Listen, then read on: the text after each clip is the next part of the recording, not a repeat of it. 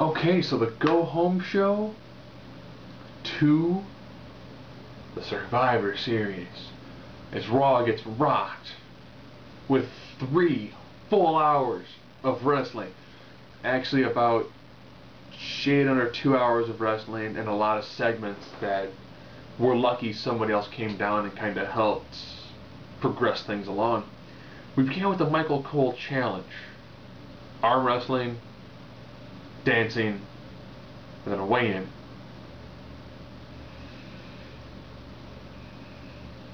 Luckily we got saved when CM Punk came down and attacked Michael Cole.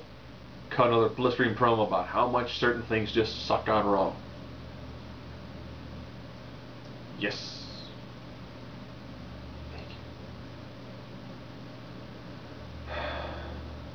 A lot of the wrestling this week is actually kind of a blur, which is actually always really kind of sad. You know, the Sheamus Swagger match was actually pretty solid. You know, I will give him props on that one. You know, the Mason Ryan Ziggler match.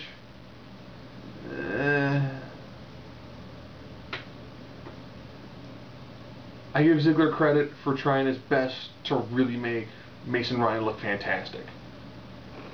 The match between Barrett and Orton, you know, it's a rematch from what they had on SmackDown. Really didn't go anywhere. It's just kind of like, let's get everyone into the ring.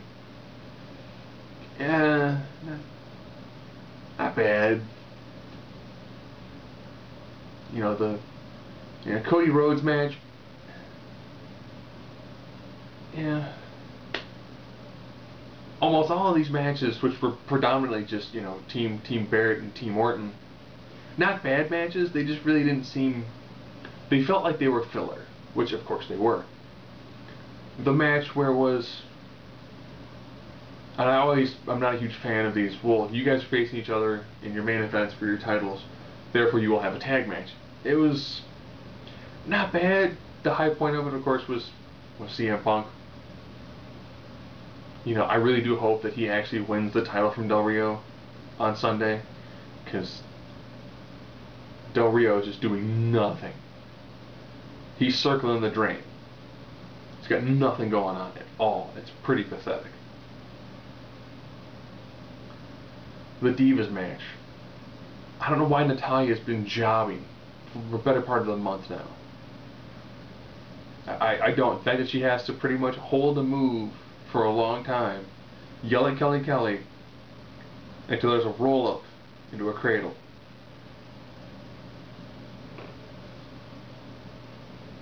And then the John Cena This Is Your Life. The first one where McFoley did with Rock initially was a fantastic because it came out of nowhere. The second one sucked. This one, I'll be honest, I skipped through pretty much all of it until The Rock came down and laid out Mick Foley. Because, you know, Mick's in there going, oh, Cena, you're one of the greatest performers of all time. I am not a Cena fan by any imagination, but I will say this, he is a decent performer. I didn't say he's good in the ring, I say he's a good performer. He elicits an emotional response from the crowd. Essentially what you want in an entertainer. But that segment was just horrible. And then John Cena's dad coming out talking about, oh, the fans suck because you boo my son. You're not cool. I'm trying to figure out what they're trying to do. Are they trying to make, you know, the jaded fans like me who chant, you know, pretty much any 3 to 4 syllable phrase The Rock says? They're trying us to like Cena or to hate Cena more? I'm entirely confused as to what the rationale behind that is. The ending sequence with The Rock. Oh, I forgot that Kevin Nash came out and attacked Santino Marella and then talked about how he was here.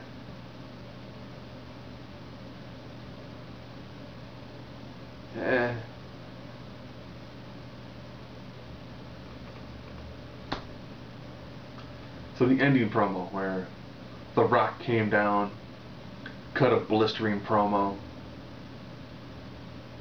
and then Miz and Truth came down and cut a very good promo.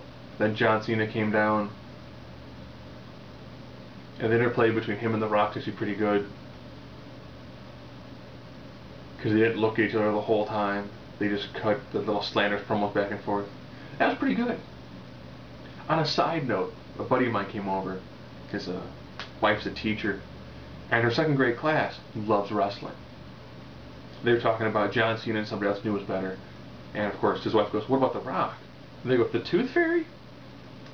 So yeah, since The Rock hasn't wrestled in 7 years, for most people, they know The Rock is the Tooth Fairy. And I was like, no, he was in Fast 5. I went for the second grade, actually, Fast 5. Or to have seen Doom, or The Rundown, or Walking Tall, or The Mummy 2, or The Scorpion King, or Be Cool. So it's kind of sad, you know, the crowd that is so into Cena has no idea who The Rock is. And the crowd who's so into The Rock, people like myself, and people pretty much above the age of 20, really do not have this huge affinity for John Cena. It's really bizarre. That even been said, for a 3-hour Raw with the main purpose of The Rock is here, The Rock showed up for 2 segments.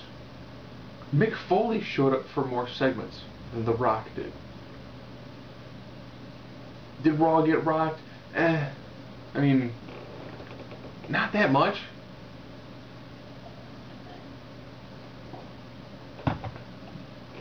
I'm on the fence with Survivor Series.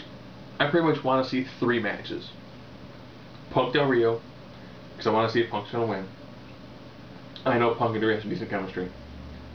The classic Survivor Series match, because I'll be honest, I mark out hardcore for like the 5-on-5 elimination match. Almost any elimination tag match is gold.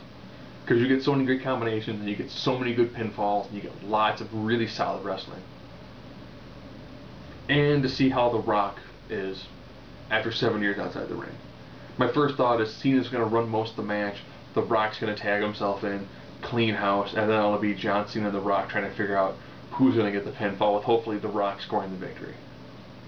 So for the go-home show for Survivor Series, I went from kind of being, you know, complacent with Survivor Series to still being complacent. They really didn't build anything else up that really makes me think, wow, Survivor Series are going to be this totally can't miss. Pretty much you can't miss the main event just to see, you know, it's going to be a phenomenal match for Miz, R-Truth, John Cena. It's going to be a historic match. But can The Rock truly bring it? Can he finally put boots to... I don't cuss in my video, so I'm not going to finish that statement.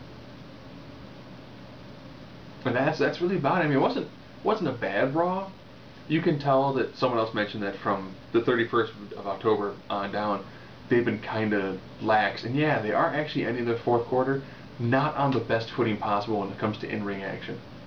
Which is sad, because they got guys who can go. You know, last week Ziggler and Morrison put a really solid match.